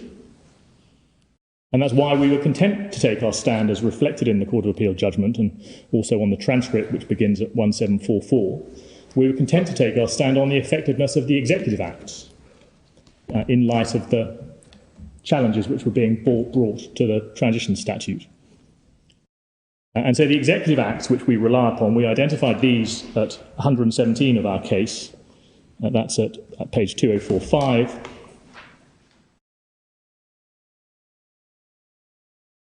So the two sets of appointments, the appointments themselves, your Lordships can see at page 854 in relation to the Special Attorney General.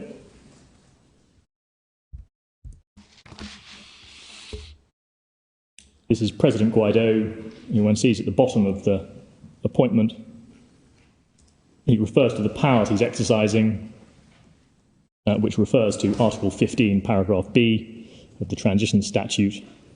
And he says that I appoint Jose Ignacio Hernandez as Special Attorney General for the defence and representation of the rights and interests of the Republic, as well as the rights and interests of companies of the state and other decentralised entities of the public administration abroad.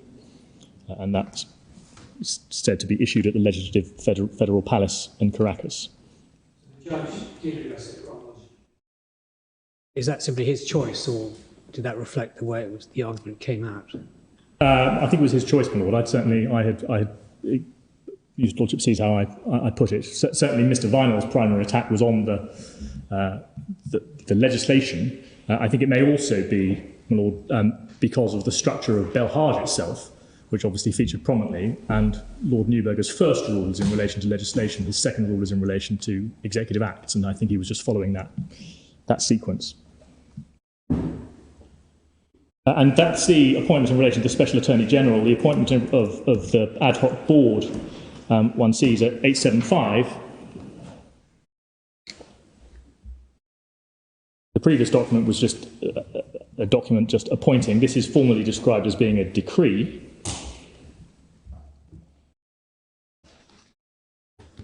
A similar preamble in the first paragraph, in execution of the powers, and here it identifies Article 15, paragraph A, the distinction between the two sub-paragraphs being one allows the appointment of the Special Attorney General and the other allows the appointment of an ad hoc board to decentralise entities.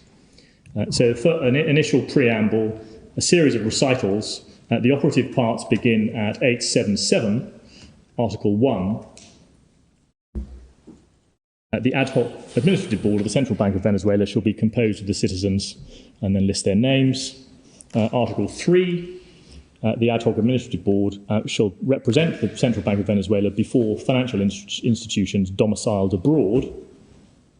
And then also relevant Article 7, the acts that resulted in the appointment of the person who currently occupies the presidency of the central bank, that's Mr. Ortega, are declared void and null.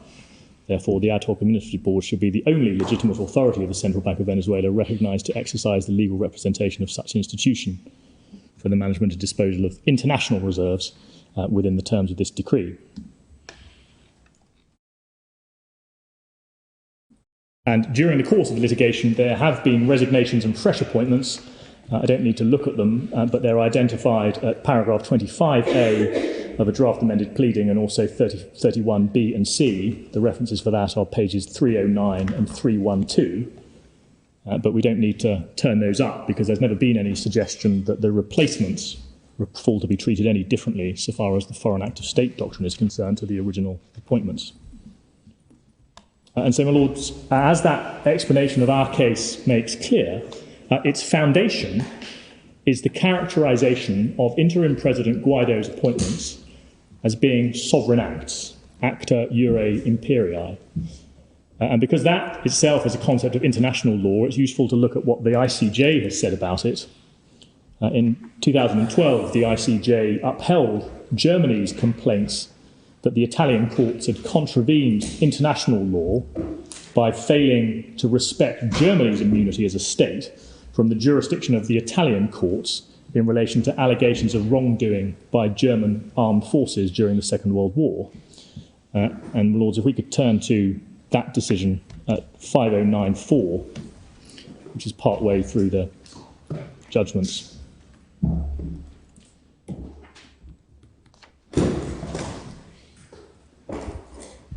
Paragraph 57 at the bottom of the page. The court considers that the rule of state immunity occupies an important place in international law and international relations. It derives from the principle of sovereign equality of states, which, as the Charter of the United Nations make clear, is one of the fundamental principles of international legal order. This principle has to be viewed together with the principle that each state possesses sovereignty over its own territory and that there flows from that sovereignty the jurisdiction of the state over events and persons within that territory. And obviously this is talking about these concepts in a state immunity context, but I'll come on to show you, Lordships, how that interacts then with the principles of state immunity, of act of state itself. But the key passage is 3 paragraphs further on, which is dealing with the question of acta iure imperii.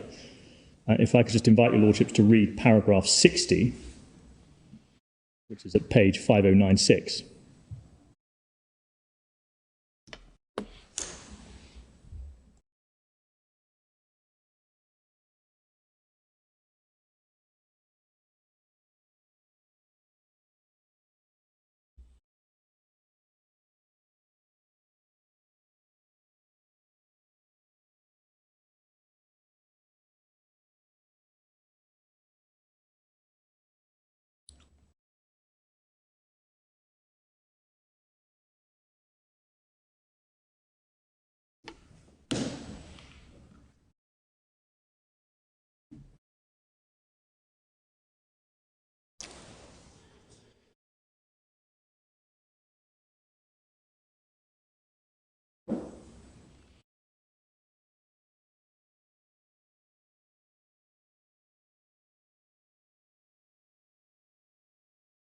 And that's a critical passage, which is picked up also by Lord Manson Belhage at paragraph 14, which is at 2303, also by Lord Sumption at paragraph 181, which is at 2364.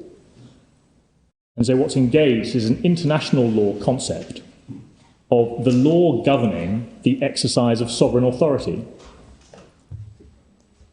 And that characterization of an act as being a sovereign act, acta iure imperii, isn't affected by whether or not the act is lawful under its own domestic law.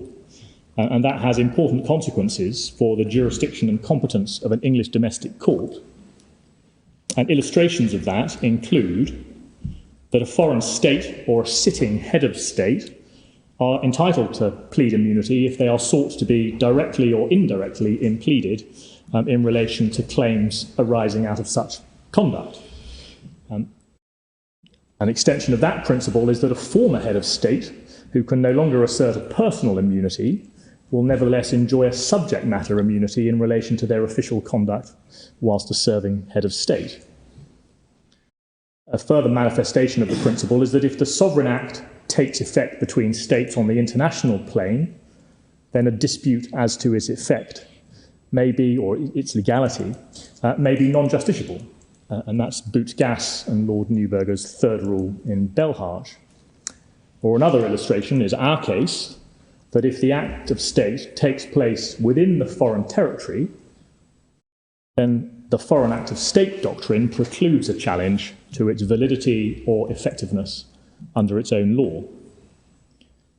And the Maduro Board rightly point out that we're not dealing with non-justiciability of claims arising out of conduct on the international plane, nor is this a state immunity case in the first category where a state is directly or indirectly impleaded.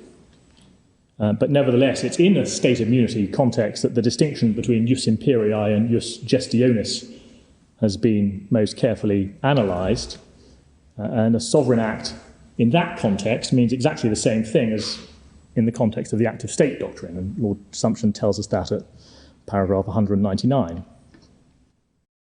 And as to what's meant by an acta iure imperii in both these contexts, this was considered by the House of Lords in Kuwait Airways number 1. Page 3664 is the judgment of Lord Gough. And towards the bottom of the page, under the heading acta iure imperii, he observes that it is unnecessary for the purposes of the present case to trace the adoption by English law of the distinction between acta jure imperii and acta jure gestionis. And then he refers to Trentex and il Congresso del Partido. And then at the bottom of that page, your Lordship can therefore turn to Lord Wilberforce's speech as providing an authoritative statement of the principles underlying the distinction.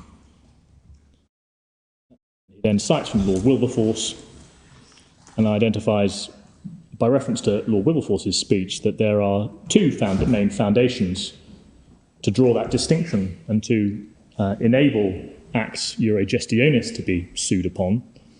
And the second of those, at B, to require a state to answer a claim based upon such transactions doesn't involve a challenge to or inquiry into any act of sovereignty or governmental act of that state. It is, in accepted phrases, neither a threat to the dignity of that state nor any interference with its sovereign functions. Conversely, of course, where the issue is the sovereign act rather than the private act, then those considerations are engaged. And then at the bottom of that passage, in terms of defining the definition, defining the distinction, a private act, it distinguishes between a private act, meaning in this context an act of a private law character such as a private citizen might have entered into. And so the question is whether it's an act of a private law character such as a private citizen might have entered into, and the act of appointment of by a foreign president of public officials to have control over assets of the country's central bank is plainly not something which a private citizen can do. And then the next question is whether or not there is a challenge being raised to the legality of those sovereign acts. And then the state immunity in relation to acts jure imperii, which is considered here in the Kuwait case, obviously also considered in Belhaj and countless other cases, encompasses the personal immunity of a serving head of state, and as I mentioned, also the subject matter immunity in relation to his acts while in office. And that was obviously the subject matter of debate in the House of Lords in the Pinochet cases, and in particular Pinochet number 3. And that case was about the extradition of a former head of state, or the proposed extradition of a former head of state to face allegations of complicity in torture whilst in office. And so the facts could hardly be further removed from these facts, where we're talking about appointments to a central bank. But some of what Lord Millett and Lord Phillips said in that case about the interplay with act of state and subject matter immunity are relevant. If I could show you Lordships, page 4215.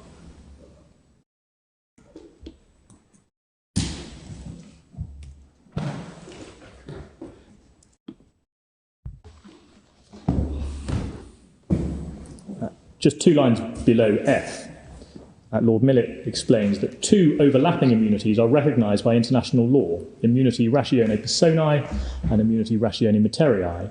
They're quite different and have different rationales. Immunity ratione personae is a status immunity. An individual who enjoys its protection does so because of his official status. It inures for his benefit only so long as he holds office.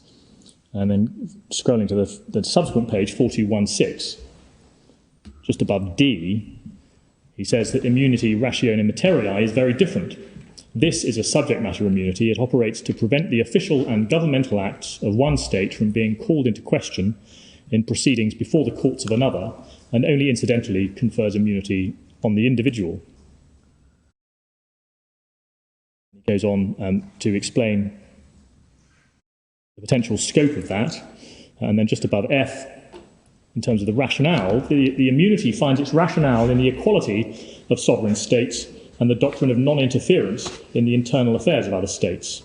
And he cites Duke of Brunswick, Hatch-and-Bayers, which is a US case, Underhill and Hernandez, another US case. These hold that the courts of one state cannot sit in judgment on the sovereign acts of another.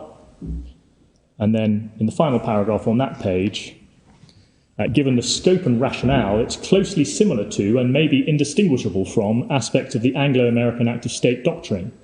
As I understand the difference between them, state immunity is a creature of international law and operates as a plea and bar to the jurisdiction of the national court, whereas the Act of State doctrine is a rule of domestic law which holds the national court incompetent to adjudicate upon the lawfulness of the sovereign acts of a foreign state. And so he's there explicitly drawing a connection between the operation of the Act of State doctrine and the principle of immunity ratione materiae in a state immunity context. So do you say they're the same thing? Not the same thing, Lord. They have the same rationale. They don't operate in the same way for that reason that we say that the Act of State doctrine operates as a substantive rule, not as a procedural bar to the action. And indeed, crucially, my Lord, that is why we say that the correct result in this case is for the English court to treat as valid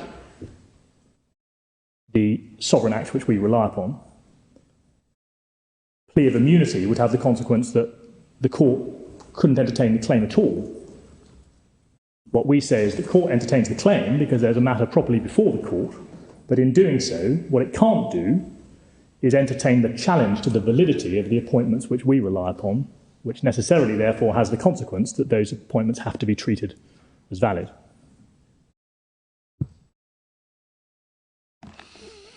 That was Lord Millett, and Lord Phillips picks up a similar theme at 4233.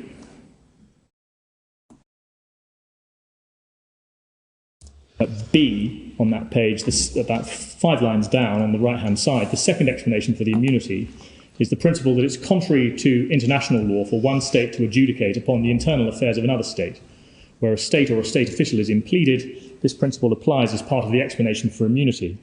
Where a state is not directly or indirectly impleaded, say that no issue of state immunity such as rises, the English and American courts have nonetheless, as a matter of judicial restraint, held themselves not competent to entertain litigation that turns on the validity of the public acts of a foreign state, applying what has become known as the Act of State doctrine. And then he goes on to cite the well-known passage from Underhill and Hernandez, which crops up also in obviously the English cases, including in the Russian Revolution cases, and then also Buck and Attorney General, Lord Justice Diplock. And then just over the page, it's contended on behalf of the applicant that the question of whether an official is acting in a public capacity doesn't depend upon whether he's acting within the law of the state on whose behalf he purports to act, or even within the limits of international law. His conduct in an official capacity will, whether lawful or unlawful, be conduct of the state, and the state will be entitled to assert immunity in respect of it. In the field of civil litigation, these propositions are supported by authority. And he goes on to say it's not necessarily the same thing in relation to the criminal context. Obviously here, we're not in the criminal context, but it's, in our respectful submission, this shows the flaw in the Maduro board's suggestion that these acts on behalf of the state by interim President Guaidó are somehow not acts of the state. It's a new suggestion in their written case in this court. What's entirely clear is that whether lawful or not, acts undertaken in that official capacity are treated as sovereign acts with all the immunities, both personae and materiae, and pursuant to the Act of State doctrine, which go with that. And clearly what Lord Phillips is doing in this passage is drawing the distinction, but nevertheless emphasising the connection between the two sets of principles that my Lord Lloyd Jones inquired about. And all of that is entirely consistent with what Lord Wilberforce himself said in Boots, which is that Act of State is a species of immunity ratione materiae. That's at 3273, and we'll come back to look at that when we look at the Duke of Brunswick case. And also consistent with what Lord Justice Ricks, giving the leading judgment in UKOS, said, where he described Act of State and state immunity as being analogous doctrines. That's at paragraph 66, page 4938. And what Lord Justice Ricks said was that it's a form of immunity ratione materiae closely connected with analogous doctrines of sovereign immunity, and although a domestic doctrine of English and American law is founded on analogous concept of international law, both public and private, and of the comity of nations. And to similar effect, Lord Sumption had also described the Act of State doctrine as a type of subject matter immunity. That's paragraph 200 at page 2372. Can I just ask you to pause for a moment and just help me clarify my thinking? You took us to Lord Gough telling us that sovereign immunity applies to acts euro imperii, but not commercial matters. Yes. And you were saying that because of the nature of the acts we're dealing with here, appointments to the central bank in particular, those fall within the category of acta euro imperii. But then you go on to tell us that sovereign immunity doesn't actually arise in this case because it's a plea in bar, and you're not being you're not procedurally a plea in bar doesn't arise in this case, right? So your case is that we're dealing with acts of state. Yes. Now, I'm not quite sure what the relevance. You have to take this. Remind me of this. What the relevance is of the distinctions between acta iuri imperii and acta iuri gestionis in the context of act of state. Well, my lord, at paragraph 199 of Belpage, which is at 2371.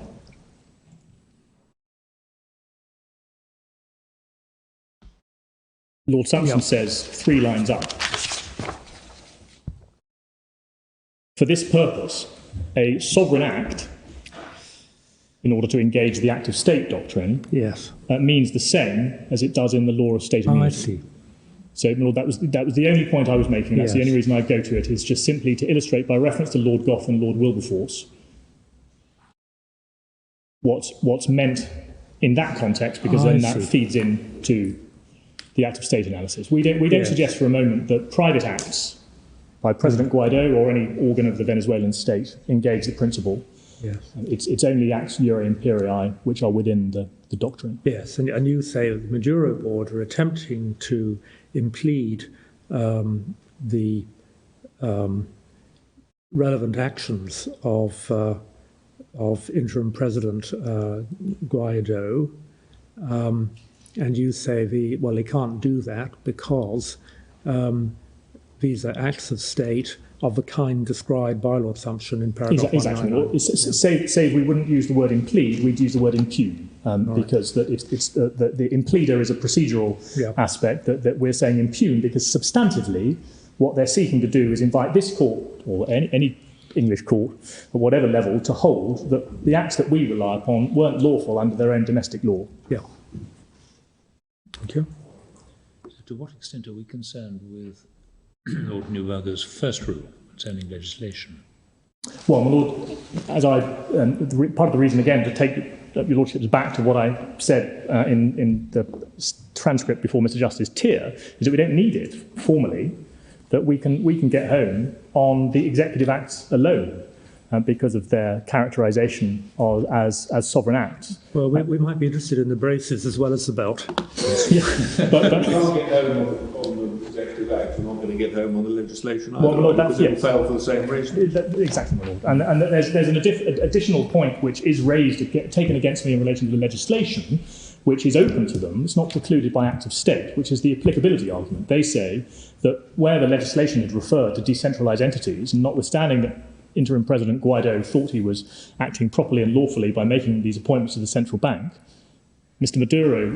Vinal says, well, no, that the central bank's not a decentralised entity, that the president has acted ultra vires. And that's a question of interpretation. And that's a question of interpretation and applicability, and that's open to them. But it's bypassed entirely by focusing just on the executive acts. And that's not because we say we're acting unlawfully, it's simply because we say in this court, or in an English court, we don't need to demonstrate the legislative underpinnings.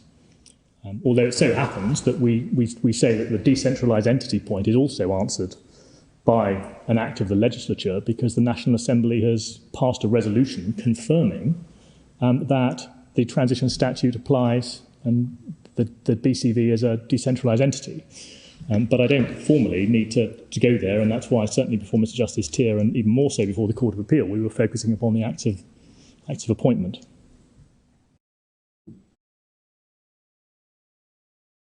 Thank you. So there are two simple questions. Is it a sovereign act, and is a challenge being raised to its lawfulness? And if so, then an English court cannot entertain that challenge. And whilst the characterisation of the appointments as sovereign acts explains what we respectfully say is the flaw in the Court of Appeal's approach, who approach this whole question as though these were private law acts rather than sovereign acts, we say it also reveals the flaw in the Maduro board's arguments.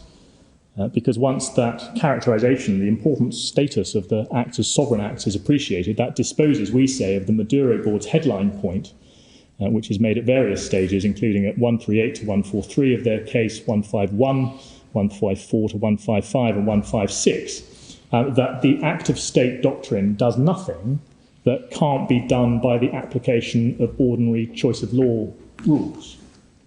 And an ordinary choice of law approach draws no distinction between sovereign or non-sovereign acts, because by its nature, the identification of the applicable law and then the English court applying the foreign law involves the exercise of working out what is lawful as a matter of the foreign domestic law. And Lord Mance captures the distinction between that process and the Act of State process when he says that if the Act of State doctrine is to be described in conflict of laws terms at all, then it can't mean literally, because the effect of the relevant act is determined not by law, but regardless of law. And that's his paragraph 38 at 2313. So that headline point, which is a theme underpinning a great deal of the Maduro board's case, namely this is just a choice of law exercise, we say is misplaced because that it fails to have regard to this critical distinction, which is a distinction drawn in an immunity context and a distinction drawn also in the Act of State context between sovereign acts and private acts. And it explains also the territorial limitation, because an English court will recognise the effect of sovereign acts within their own territory, within the foreign territory, regardless of their domestic law validity, but not where the state purports to act extraterritorially, seeking to wield sovereign power over territory where another state is sovereign.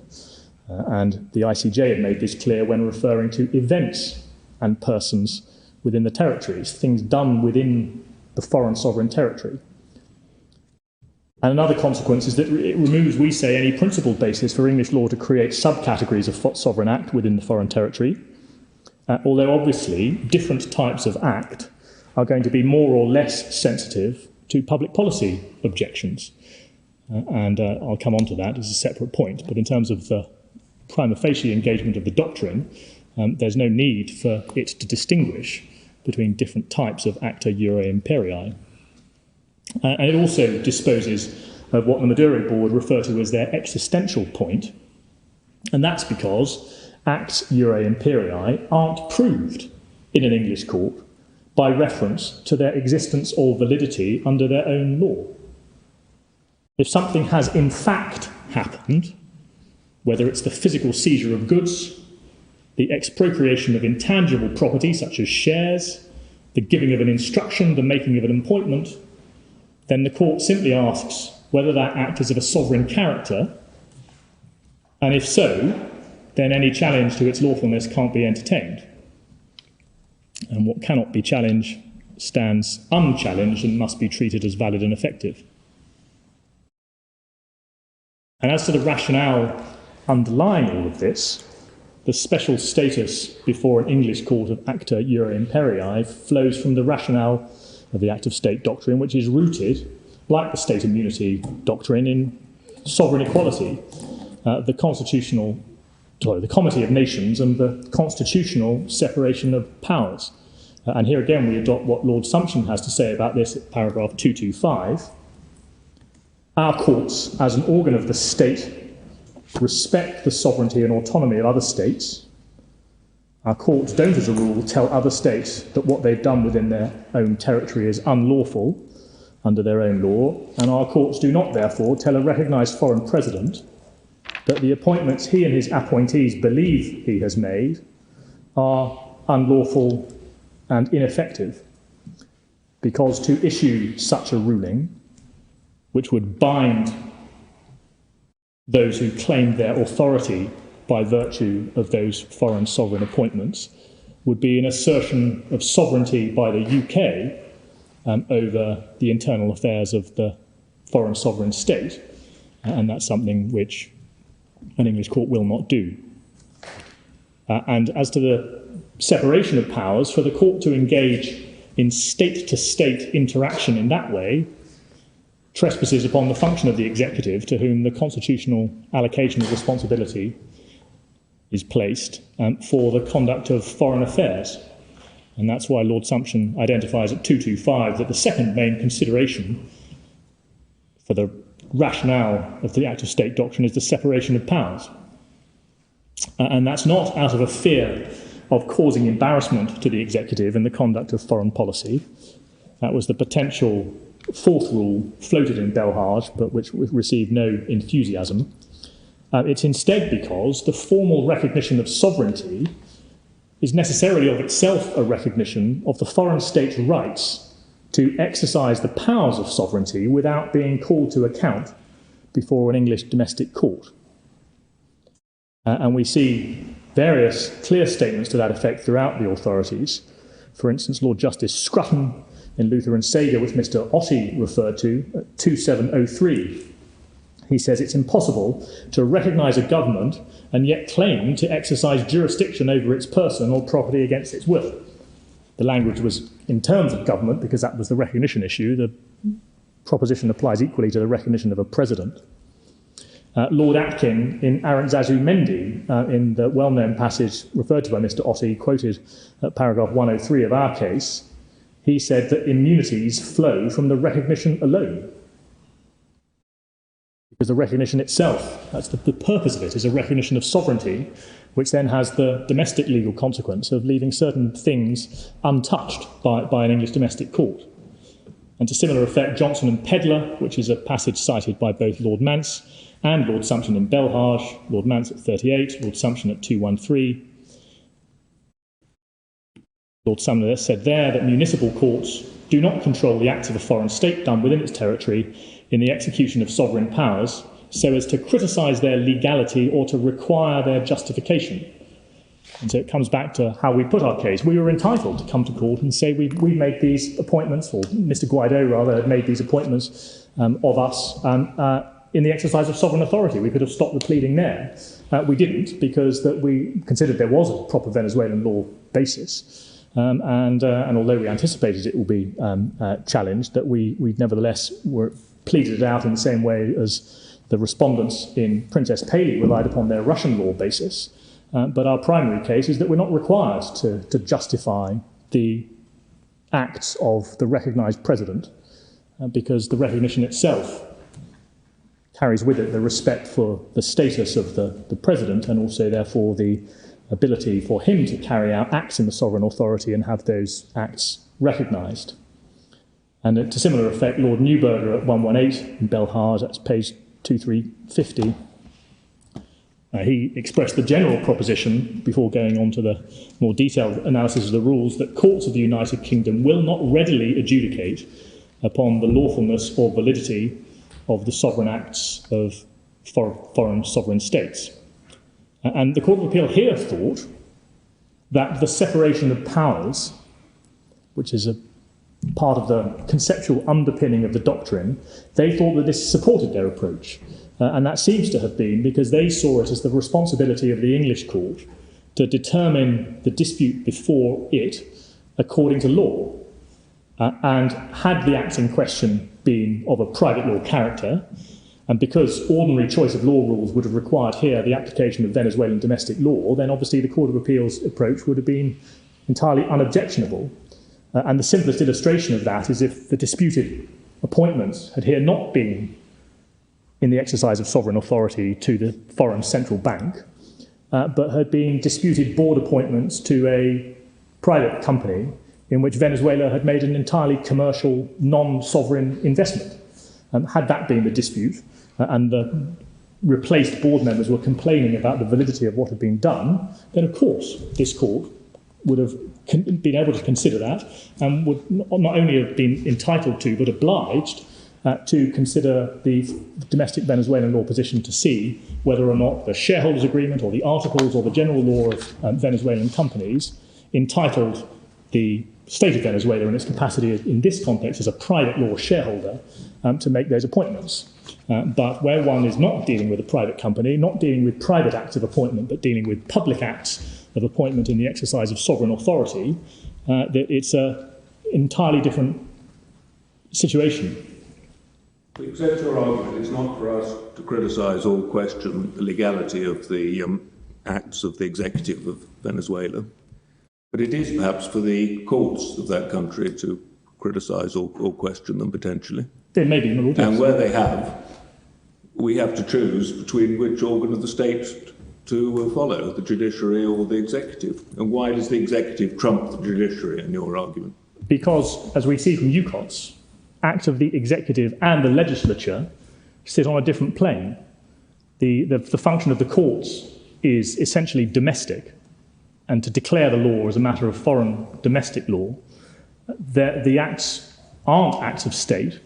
They don't command the same deference and respect and attract the same obligation from an English court to give effect to them. But you're not dealing here with acts on the international plane of the kind in Buttes Gas or something of an international political nature. No, you're dealing with an internal domestic act of appointment. Quite so, which is yes. a matter of internal law, which you might think is a matter for the Venezuelan court to pronounce on. Well, yes, and then the question of what the consequences are in Venezuela arising out of the Venezuelan Supreme Court's pronouncements that these acts are invalid, that's entirely a matter for Venezuela. Our proposition in our written case. But why should we take the side of the executive when it's being told by the courts that it's unlawful in Venezuela? I mean, I don't see how that's consistent with the rule of law, really.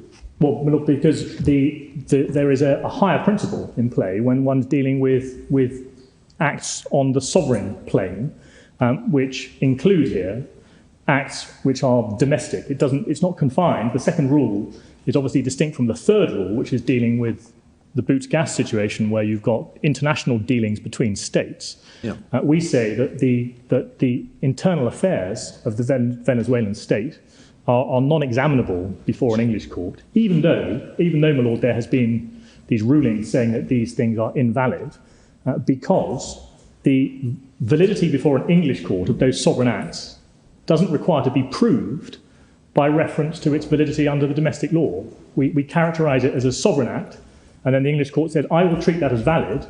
If that has created a tension and a difficulty within Venezuela because the executive or the president is doing one thing and the domestic courts are saying another, that difficulty has to be worked out within Venezuela. It's not for the English court to pick sides in relation to that. Well, we're necessarily picking a side. You're asking us to choose the executive over the courts. Well, no, we say you simply put to one side the decision of the courts. Well, that's convenient, but what's the principle that justifies it?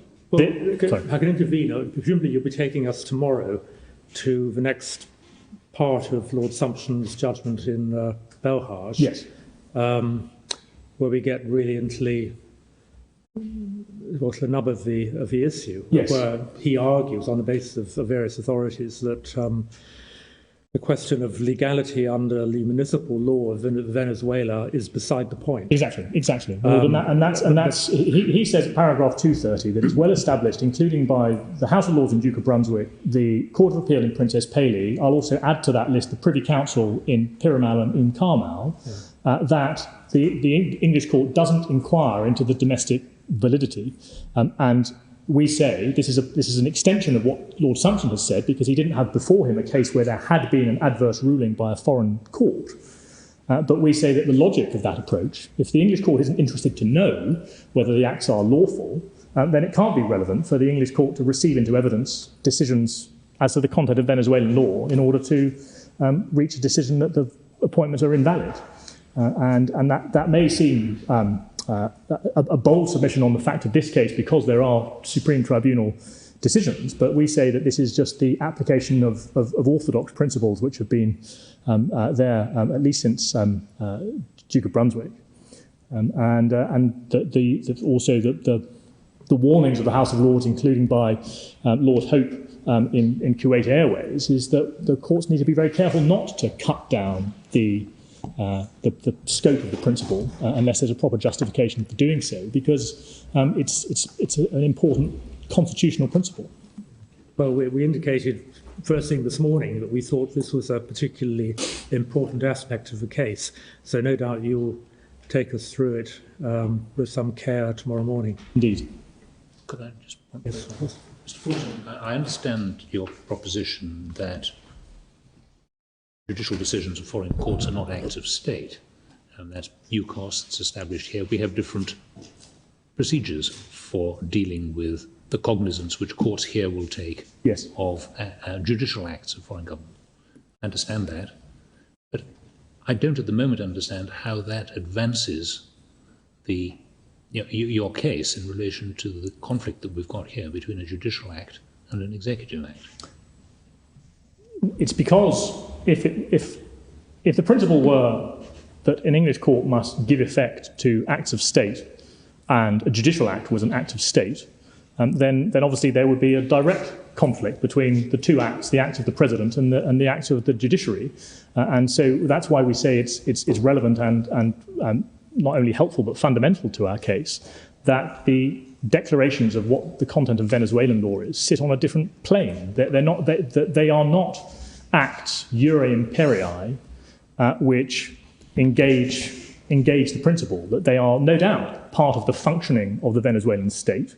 No doubt the establishment of those courts is an exercise of sovereign power by Venezuela itself. But before an English court, on the principle that the lawfulness, domestic lawfulness, is irrelevant, that it is, we say, absolutely the correct approach that the English court just must simply put those decisions to one side because they're not sought to be relied upon here as judgments to be enforced. There's no application to enforce anything. There's no injunction granted by the STJ, which is sought to be directly enforced here. The significance of the Supreme Court rulings is that they are relied upon as the best evidence of the content of Venezuelan law.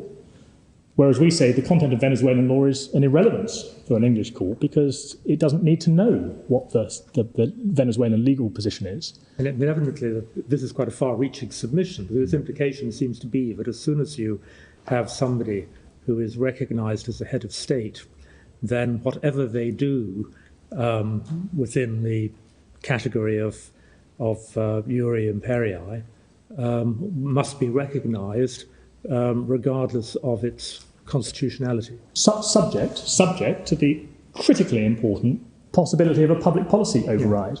And it's that which gives the flexibility to this and prevents the injustice that's perceived by the Maduro board. Because an English court is never required to give effect to any sovereign act by whatever branch of the state, if to do so would be offensive to English public policy. And if there's no contravention of English public policy, it's not obvious why an English court should mind if what has been done is illegal or unlawful or invalid under the foreign domestic law, whether it's a gross transgression or it's an entirely trivial matter which can be easily corrected. If the appointments were required by some statute to have been made on pink paper and they were mistakenly made on blue paper, that wouldn't be a matter of concern as a matter of English public policy.